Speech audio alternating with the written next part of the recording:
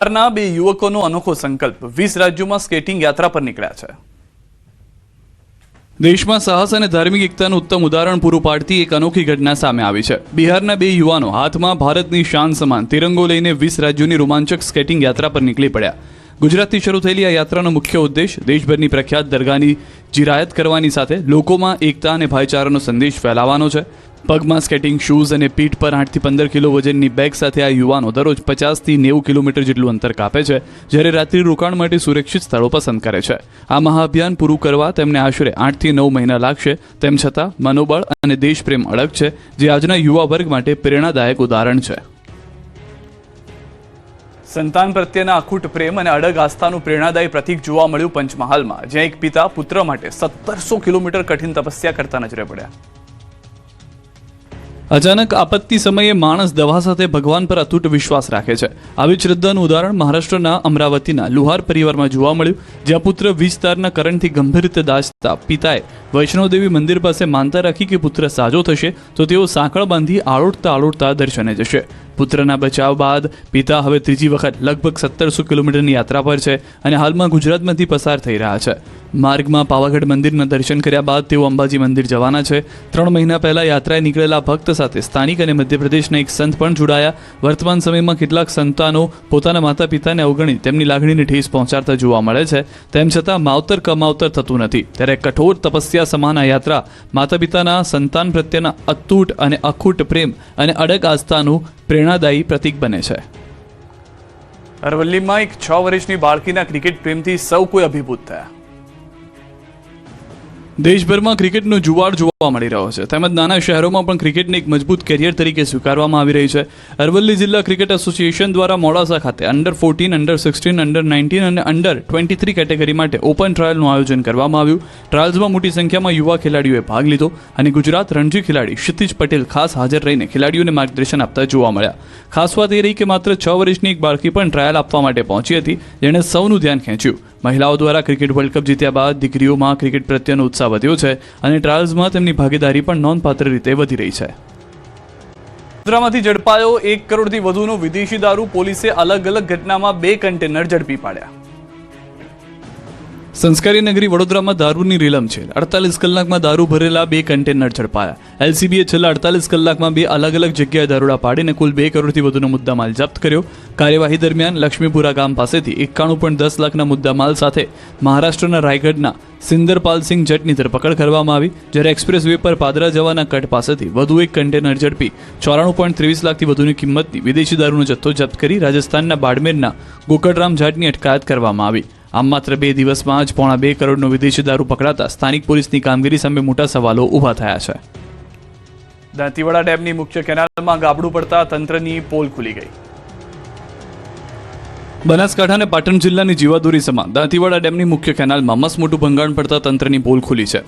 Dam નજીક કેનાલમાં અંદાજે 60 ફૂટ જેટલું મસમોટું ગાબડું પડતા લાખો લીટર પાણીનો બગાડ થઈ રહ્યો છે અને પાણી સીધું બનાસ નદીમાં વહી રહ્યું છે। આ ઘટનાએ કોન્ટ્રાક્ટર અને અધિકારીઓની કામગીરી પર સવાલો ઊભા કર્યા છે। કેનાલની મરામત માટે કરોડો રૂપિયાની ફાળવણી થતી હોવા છતાં આવી સ્થિતિ સર્જાતા ભ્રષ્ટાચાર અને બેદરકારીના આરોપો મુકાઈ રહ્યા છે। બંગાળને કારણે ખેડૂતોને આગામી 4 દિવસ પાણી નહીં મળે તેવી સ્થિતિ ઊભી થઈ છે। બીજી તરફ દાંતીવાડા ડેમના કાર્યપાલક ઇજનેર બચાવ મુદ્રામાં નજરે પડ્યા। તેમના મતે કેનાલ બન્યા બાદથી તેની સંપૂર્ણ રિપેરિંગ કામગીરી થઈ નથી, માત્ર એસ્ટિમેટ તૈયાર કરવામાં આવ્યું હતું। સીપેજ અને ફૂટહોલની સમસ્યા સાથે કેનાલમાં 800 ક્યુસેક પાણી છોડાતા દબાણ વધ્યું અને ગાબડું પડ્યું। હાલ તાત્કાલિક મરામત કામ શરૂ કરવામાં આવ્યું છે અને 2 દિવસમાં કામગીરી પૂર્ણ કરીને ફરી કેનાલમાં પાણી છોડવામાં આવશે। ભાવનગરનો કંસારા રિવરફ્રન્ટ પ્રોજેક્ટ હવે પૂરો કરવો અથવા બંધ કરવો, આ વિસ્તાર રોગચાળાનું એપિસેન્ટર હોવાનો આરોપ લાગ્યા। આ છે કંસારા રિવરફ્રન્ટ પ્રોજેક્ટ, જે છેલ્લા 15 વર્ષથી પૂર્ણ થવાની રાહ જોઈને બેઠો છે। મનપાએ મોટા ઉપાડે કામ તો શરૂ કરાવ્યું, પરંતુ તે હજુ સુધી પૂર્ણ થયું નથી। મનપા તો આ પ્રોજેક્ટ સામે જોવા જ નથી આવતું, પરંતુ સ્થાનિકોનો મરો થઈ ગયો છે। અધૂરા પ્રોજેક્ટના કારણે ગંદકી અને કચરાના ઢગ છે। મચ્છરોનો ઉપદ્રવ એટલી હદે છે કે એવું કહી શકાય કે કંસારો વિસ્તાર રોગચાળાનું એપિસેન્ટર બની ગયો છે। અંદાજે 8 લાખ લોકો મચ્છરોના ત્રાસથી પરેશાન છે અને કાળિયાબેડથી બોર તળાવ અને કુંભારવાડા સુધીના રહેવાસીઓ 24 કલાક બારણા બંધ રાખવા મજબૂર બન્યા છે। લોકોનું કહેવું છે કે વિકાસના નામે મકાનો તોડી નાખવામાં આવ્યા, પરંતુ સુવિધાઓ મળી નથી। બીજી તરફ મહાનગરપાલિકાના સ્ટેન્ડિંગ ચેરમેને જણાવ્યું કે ફેઝ 1નું 96% કામ પૂર્ણ થયું છે। જો તમારી કારમાં સફેદ LED લાઇટ હોય તો સાવધાન, RTO વાળાએ કડક ડ્રાઈવ શરૂ કરી છે. રાતના સમયે રસ્તા પર દોડતા વાહનોમાં ચમકતી ભારે વોલ્ટેજવાળી LED લાઇટ હવે અકસ્માતને આમંત્રણ આપી રહી છે. RTO વિભાગ દ્વારા હવે કડક કાર્યવાહી હાથ ધરવામાં આવી છે. નિયમોનો ભંગ કરી બેફામ રીતે LED લાઇટ લગાવી ફરતા વાહન ચાલકો સામે વલસાડ જિલ્લા RTOએ કડક વલણ અપનાવ્યું છે. જિલ્લામાં ઠેર ઠેર વાહન ચેકિંગ હાથ ધરવામાં આવી રહ્યું છે. LED લાઇટ ચાલુ રાખીને વાહન ચલાવતા લોકોને રસ્તા પર જ રોકી તેમની સામે તાત્કાલિક કાયદેસરની કાર્યવાહી કરવામાં આવી રહી છે. ટ્રાફિક નિયમોની અવગણના કરનારાઓ સામે દંડની છડી ઉગામી દેવામાં આવી છે. અત્યાર સુધીમાં વલસાડ જિલ્લામાં 574 વાહન ચાલકોને દંડ ફટકારવામાં આવ્યો છે. RTO અધિકારીએ સ્પષ્ટ શબ્દોમાં ચેતવણી આપી છે કે નિયમ તોડનારાઓ માટે હવે કોઈ પણ પ્રકારની છૂટછાટ આપવામાં આવશે નહીં અને આવું ચેકિંગ અભિયાન આગામી દિવસોમાં પણ વધુ કડક રીતે ચાલુ રહેશે. અમદાવાદ શહેરમાં વધુ એક પરિવહનની તૈયારી શરૂ કરવામાં આવી છે. આગામી દિવસોમાં અમદાવાદ શહેરમાં વોટર મેટ્રો કાર્યરત થાય તો નવાય નહીં. અમદાવાદમાં મેટ્રો ટ્રેન કાર્યરત થઈ ગઈ છે અને ટૂંક જ સમયમાં શહેરની લાઇફલાઇન તરીકે પ્રસ્થાપિત થઈ છે. બીજી તરફ બુલેટ ટ્રેન પ્રોજેક્ટ પણ હવે પૂર્ણતાને આરે આવીને ઊભો છે. ત્યારે શહેરમાં વધુ એક પરિવહનની તૈયારીઓ શરૂ કરવામાં આવી છે. આગામી દિવસોમાં અમદાવાદ શહેરમાં વોટર મેટ્રો કાર્યરત થાય તો નવાય નહીં. અમદાવાદ મહાનગરપાલિકા દ્વારા સાબરમતી નદીમાં વોટર મેટ્રો દોડાવવા માટે કામગીરી શરૂ કરવામાં આવી છે. અમદાવાદની સાબરમતી નદીમાં વોટર મેટ્રો શરૂ કરવા માટે મહાનગરપાલિકા દ્વારા તૈયારીઓ શરૂ થઈ છે. સાબરમતી ફેઝ 1માં જ્યાં રિવરફ્રન્ટનું કામ પૂર્ણ થયેલું છે ત્યાં વોટર મેટ્રો દોડાવી શકાય કે કેમ તેના માટેનો ફિઝિબિલિટી રિપોર્ટ તૈયાર કરવાની કામગીરી શરૂ કરવામાં આવી છે. અમદાવાદ કોર્પોરેશન દ્વારા રાજ્ય સરકાર અને ભારત સરકાર સાથે સંકલન શરૂ કરીને આ કામગીરીનો પ્રારંભ કરાયો છે. પ્રથમ તબક્કામાં ફેઝ 1 સુધી વોટર મેટ્રો અમદાવાદમાં રહેશે અને બાદમાં ગાંધીનગર ગિફ્ટ સિટી સુધી લંબાવવાનું આયોજન છે. 1 કરોડના ખર્ચે આ ફિઝિબિલિટી રિપોર્ટ તૈયાર કરવામાં આવી રહ્યો હોવાની વિગતો સામે આવી છે. અમદાવાદની સાબરમતી નદીમાં અગાઉ સી પ્લેન પ્રોજેક્ટ શરૂ કરાયો જે થોડા જ સમય સુધી કાર્યરત થયા બાદ બંધ કરવામાં આવ્યો હતો. મહેસાણાથી ઊંઝા સુધી નીકળી એક ભવ્ય પદયાત્રા. આ યાત્રાનો ઉદ્દેશ ભાગેડુ પ્રેમ લગ્નોમાં રહેલી છટકબારીને દૂર કરવાનો. ભાગેડુ પ્રેમ લગ્નને કારણે પરિવારમાં સર્જાતી સમસ્યાઓ રોકવા માટે મહેસાણાથી ઊંઝા સુધી એક ભવ્ય પદયાત્રાનું આયોજન કરવામાં આવ્યું. પાટીદાર સેના અને સર્વ સમાજના આગેવાનો દ્વારા આયોજિત આ પદયાત્રામાં મોટી સંખ્યામાં લોકો જોડાયા હતા. આ યાત્રાનો મુખ્ય ઉદ્દેશ પ્રેમ લગ્ન અંગેના વર્તમાન કાયદામાં રહેલી છટકબારીઓ દૂર કરી તેને વધુ મજબૂત અને કડક બનાવવાની સરકાર પાસે માંગ કરવાનો છે. પદયાત્રાના આગેવાનો સતીશ અને સુરેશ ઠાકરના જણાવ્યા અનુસાર વર્તમાન સમયમાં માતા પિતાની સંમતિ વિના થતા ભાગેડુ લગ્ન સામાજિક માળખાને નુકસાન પહોંચાડી રહ્યા છે. આ પદયાત્રા દ્વારા મુખ્ય 4 માંગણીઓ રજૂ કરવામાં આવી છે, જેમાં સૌથી મહત્વની વાત એ છે કે લગ્નની નોંધણી જે તે ગામમાં જ થવી જોઈએ જ્યાં માતા પિતાનું કાયમી રહેઠાણ હોય. આ ઉપરાંત લગ્નની નોંધણી સમયે લોહીના સંબંધ ધરાવતા સાક્ષીઓની સહી ફરજિયાત બનાવવી જોઈએ, જેથી કરીને કોઈ પણ પ્રકારની છેતરપિંડી કે ગુપ્ત રીતે થતા લગ્નો પર રોક લગાવી શકાય. રાજ્ય સરકાર દ્વારા પ્રેમ લગ્નના કાયદામાં સુધારો કરવાની દિશામાં લેવાયેલા પગલાંને સમાજે આવકાર્યા છે. જો કે આગેવાનોનું માનવું છે કે જ્યાં સુધી કાયદો સંપૂર્ણ સચોટ અને છટકબારી રહિત નહીં બને ત્યાં સુધી આ સમસ્યાનું કાયમી નિરાકરણ શક્ય નથી. પદયાત્રાના અંતે ઊંઝા ઉમિયાધામ ખાતે માતાજીના ચરણોમાં હુંડી અર્પણ કરવામાં આવી. આગેવાનોએ સ્પષ્ટ ચીમકી ઉચ્ચારી છે કે જો તેમની આ મુખ્ય માંગણીઓ સંતોષવામાં નહીં આવે તો આગામી દિવસોમાં જન સમર્થન મેળવવા માટે આવી વધુ રેલીઓ અને આંદોલનાત્મક કાર્યક્રમો ચાલુ રાખવામાં આવશે. SRK ગ્રુપ દ્વારા સતત 12મા વર્ષે સમૂહ લગ્નોત્સવ યોજાયો. આ પ્રસંગમાં 75 નવદંપતીઓએ પ્રભુતામાં પગલાં માંડ્યા. સુરતમાં SRK ગ્રુપ દ્વારા સતત 12મા વર્ષે સમૂહ લગ્નોત્સવનું ભવ્ય આયોજન કરવામાં આવ્યું, જેમાં કુલ 75 નવદંપતીએ પ્રભુતામાં પગલાં પાડી નવા જીવનની શરૂઆત કરી હતી. આ કાર્યક્રમ SRK ફાઉન્ડેશન અને શ્રી રામકૃષ્ણ વેલફેર ટ્રસ્ટ દ્વારા સંયુક્ત રીતે આયોજિત હતો. 2015થી શરૂ થયેલા અભિયાન હેઠળ અત્યાર સુધીમાં 1000થી વધુ યુગલોના લગ્ન સુવિધાપૂર્વક કરવામાં આવ્યા છે. SRK ગ્રુપના ફાઉન્ડર, ચેરમેન અને રાજ્યસભા સાંસદ ગોવિંદ ધોળકિયાની સેવાભાવી દ્રષ્ટિ અંતર્ગત આ કાર્યક્રમમાં 15000થી વધુ લોકો હાજર રહ્યા હતા, જેમાં ઉદ્યોગપતિ અને ઉચ્ચ અધિકારીઓનો સમાવેશ થયો. SRK પરિવાર તરફથી દરેક દીકરીને 3 લાખ રૂપિયાથી વધુની ઘરવકરી આપવામાં આવી અને હસ્તમેળાપથી લઈને કન્યા વિદાય સુધીની તમામ ધાર્મિક વિધિઓ પરંપરાગત અને ભાવુક વાતાવરણમાં પૂર્ણ કરવામાં આવી. આ માત્ર સમૂહ લગ્ન નહીં પરંતુ સમાજમાં દીકરીઓના માન અને ગૌરવ વધારવા માટેનું એક માનવતા અભિયાન છે. વડોદરા શહેરમાં વિકાસ કાર્યો માટે ઠેર ઠેર ખોદેલા ખાડાઓને કારણે દુલ્હન ટ્રાફિકમાં અટવાઈ હતી. દુલ્હન 2 વ્હીલર પર લિફ્ટ માંગીને લગ્ન સ્થળે પહોંચી. વડોદરામાં એક અનોખી ઘટના સામે આવી, જ્યાં લગ્નના શુભ મુહૂર્તને સાચવવા માટે દુલ્હનને પરંપરાગત પાલખી કે સજાવટ કરેલી કારને બદલે સ્કૂટર પર લિફ્ટ લઈને લગ્ન સ્થળે પહોંચવું પડ્યું.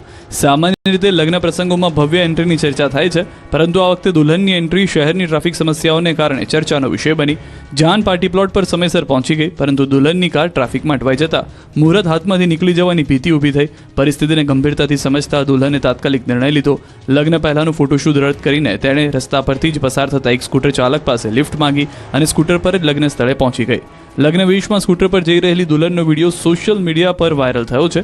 વિડીયોમાં દુલ્હન ભારે ટ્રાફિક વચ્ચે સ્કૂટર પર બેસીને લગ્ન સ્થળ તરફ જતા નજરે પડે છે.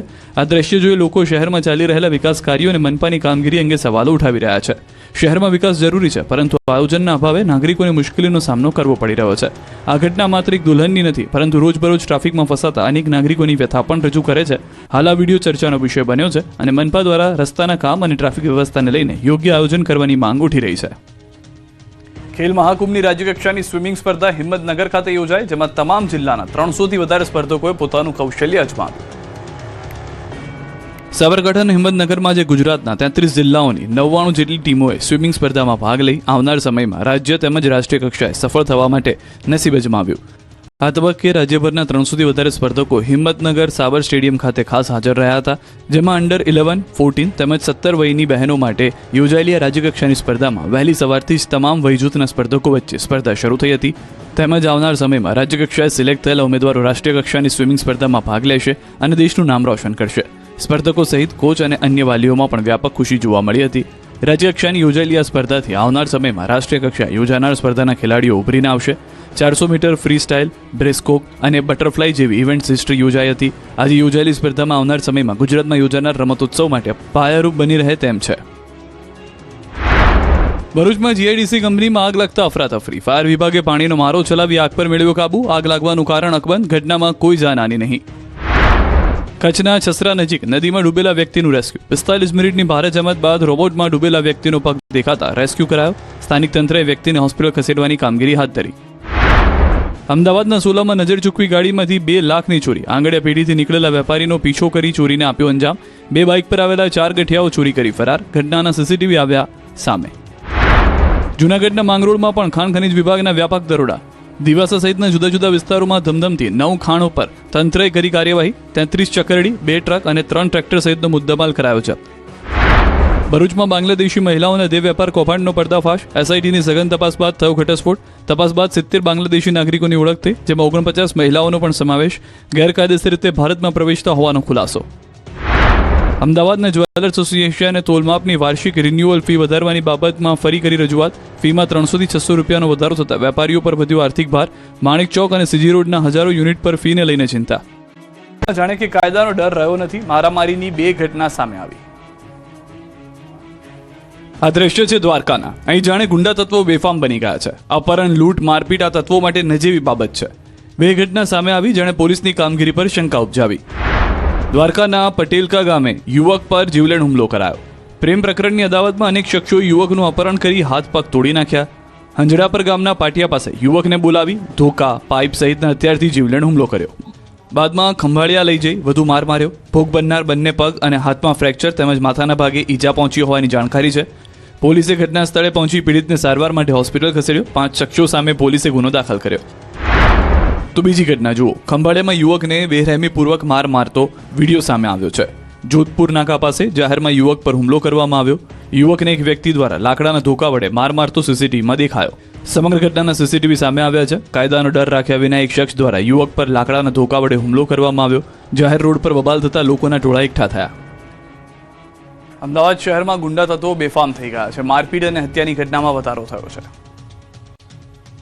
અમદાવાદમાં અસામાજિક તત્વો બેફામ બન્યા છે. જાણે કે પોલીસ કે કાયદાનો કોઈ ડર ગુંડા તત્વોમાં ઓછો થઈ ગયો હોય તેવો ઘાટ સર્જાયો છે.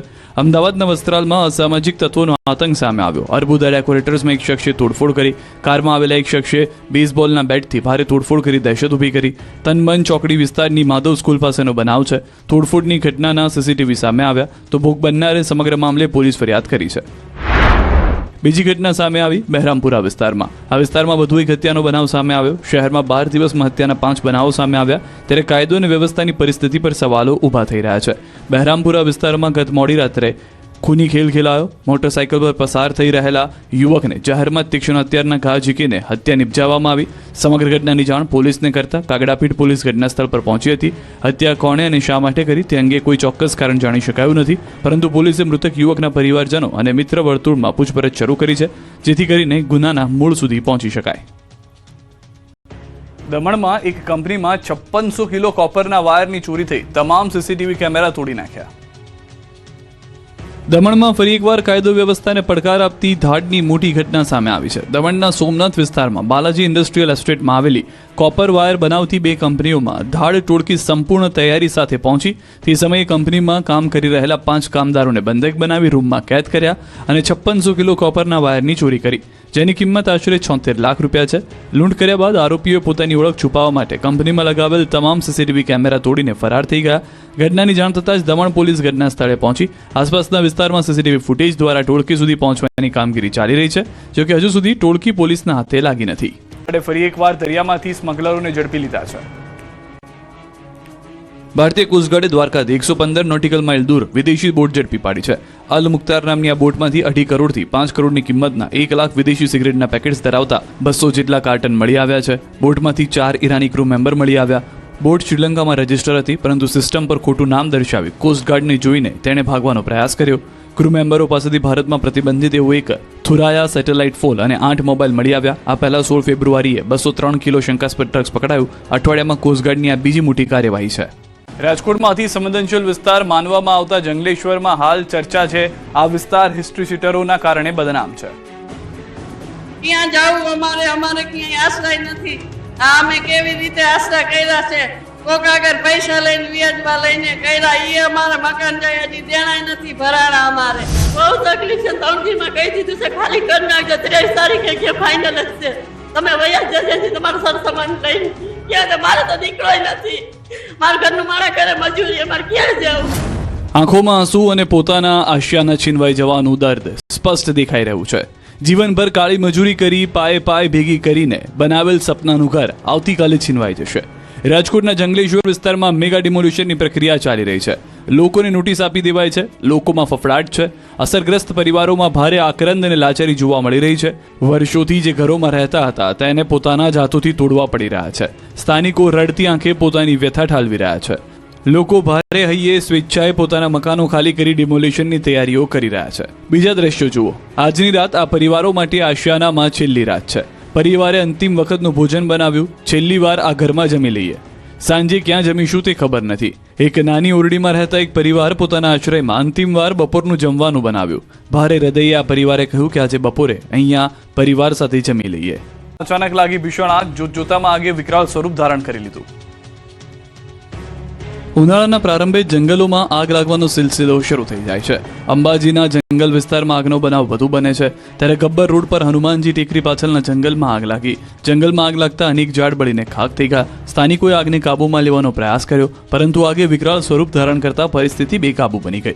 લોકોએ તાત્કાલિક ફાયર વિભાગને જાણ કરતા ટીમ ઘટના સ્થળે પહોંચી પાણીનો મારો ચલાવ્યો. આગ દૂર જંગલમાં હોવાથી આગ બુઝાવવી એક પડકાર હતો, કારણ કે જંગલ વિસ્તારમાં પાણીને પાઇપ ટૂંકી પડે છે. આગ લાગવાનું કારણ હજી અકબંધ છે. મોટા ઝાડ ના હોવાથી જંગલમાં નુકસાની ઓછી થઈ હોવાનું જોવા મળ્યું છે. જંગલમાં લાગેલી આગમાં કોઈ જાનમાલની નુકસાનીના સમાચાર નથી. હાલ કલાકોની ભારે જહેમત બાદ આગ પર કાબુ મેળવી લેવાયો છે. આગની ઘટનામાં કેટલાક મહત્વના ઝાડ બળીને ખાક થઈ ગયા હતા. તો માટે માઠા સમાચાર. અંબાલાલ પટેલે ફરી માવઠાની આગાહી કરી છે. આમ તો હવે ઠંડીની વિદાય થઈ ગઈ છે. બપોરના સમયે ભારે ગરમીનો અહેસાસ પણ થાય છે, પરંતુ હવામાન નિષ્ણાત આ અંગે કંઈક મોટી આગાહી કરી રહ્યા છે. અંબાલાલ પટેલે રાજ્યમાં માવઠાને લઈને આગાહી કરી છે. 24-25 ફેબ્રુઆરીએ રાજ્યના કેટલાક વિસ્તારમાં હવામાન પલટાઈ શકે છે. 27 ફેબ્રુઆરીથી માર્ચની શરૂઆતમાં પણ આવી શકે છે પલટો. 15મી માર્ચ બાદ પણ ગુજરાતના હવામાનમાં ફરી પલટો આવવાની આગાહી અંબાલાલ પટેલે કરી છે. તારીખ 23, 24 અને 25માં દક્ષિણ ગુજરાતમાં વાદળો આવવાની શક્યતા છે.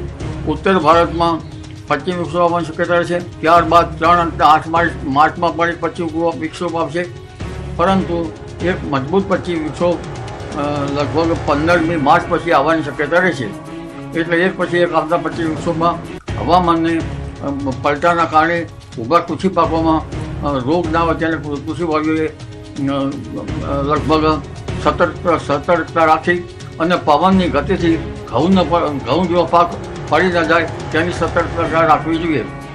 જો કે હવામાન નિષ્ણાત અંબાલાલ પટેલની બેવડી ઋતુને લઈને પણ આગાહી કરવામાં આવી છે. 14 એપ્રિલ સુધી બેવડી ઋતુ રહેવાની શક્યતા છે.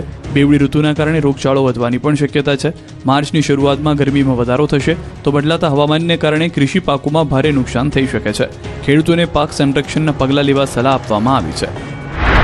હજુ પણ બેવડી ઋતુનો જે સિલસિલો છે એ 14મી એપ્રિલ સુધી ચાલુ રહેવાની શક્યતા રહે છે. જેના લીધે જનસમુદાયમાં તો રોગ વધવાની શક્યતા રહે છે જનજનમાં. એટલે સ્વાસ્થ્યની કાળજી રાખવી, પરંતુ કૃષિ પાકોમાં પણ રોગ આવવાની શક્યતા રહેતી હોય છે. ત્યારે ખેડૂત ભાઈઓએ પાક સંરક્ષણના પગલાં લેવા સારા રહે. આમ છતાં હવે ગરમી વધવાની શક્યતા રહે છે. લગભગ માર્ચની શરૂઆત સુધીમાં તો મહત્તમ ઉષ્ણતામાન 37-38 ડિગ્રી સેલ્સિયસ જેવું થઈ જવાની શક્યતા રહે છે. આમ અંબાલાલ પટેલે કરેલી આગાહીથી ખેડૂતોની ચિંતા વધી ગઈ છે. બીજી તરફ ગરમી અને વરસાદી માહોલવાળા વાતાવરણને કારણે રોગચાળામાં પણ વધારો થાય તો નવાય નહીં. રાજસ્થાનથી દબોચી લેવાય છે. કીર્તિ સામે નોંધાઈ છે 3 ફરિયાદો. વિવાદોનું બીજું નામ બનેલી કીર્તિ પટેલની જૂનાગઢ પોલીસ દ્વારા રાજસ્થાનમાંથી ધરપકડ કરી લેવામાં આવી છે. જૂનાગઢમાં 7 દિવસમાં તેની સામે 3 પોલીસ ફરિયાદ નોંધાઈ છે. પોલીસ કીર્તિ પટેલે રાજસ્થાનથી લાવીને જૂનાગઢ પહોંચી હતી. ત્યારબાદ તેને સિવિલ હોસ્પિટલ લઈ જવાઈ હતી. કીર્તિએ મોઢા પર દુપટ્ટો બાંધ્યો હતો. કીર્તિ સામે 16 ફેબ્રુઆરીએ જૂનાગઢમાં શિવરાત્રિના મેળામાં મહિલા પીઆઈ KJ મોડવાળા નોંધવામાં આવી હતી આ ફરિયાદ. આ મહિલા પોલીસ અધિકારીએ તેની સાથે ધમકી, શાંતિભંગ અને ફરજમાં રૂકાવટ બાબતે પોલીસ ફરિયાદ કરી હતી. ત્યારબાદ 18 ફેબ્રુઆરીના રોજ ભાલકા તીર્થ નજીક આવેલા નિરાલી ખોડિયાર ઉદાસીન આશ્રમના મહામંડલેશ્વર સ્વામી ભજનદાસ ઉદાસીન બાપુ દ્વારા ફરિયાદ નોંધવામાં આવી હતી. તેમણે સદીઓ જૂની ધાર્મિક પરંપરાનો ભંગ કરવા અને મૃગીકુંડની ગરિમાને ઠેસ પહોંચાડવા બદલ આ ફરિયાદ કરી હતી. જ્યારે 21 ફેબ્રુઆરીના રોજ કીર્તિ પટેલ અને તેની ટોળકીના ત્રાસથી ફિનાઇલ પી લેતા અફજલ સીડાએ ફરિયાદ નોંધાવી હતી. આમ હવે કીર્તિ સામે કાયદાનો ગાળિયો વધુ કસાયો છે અને આગામી સમયમાં કીર્તિ પટેલની મુશ્કેલીઓ વધી શકે છે.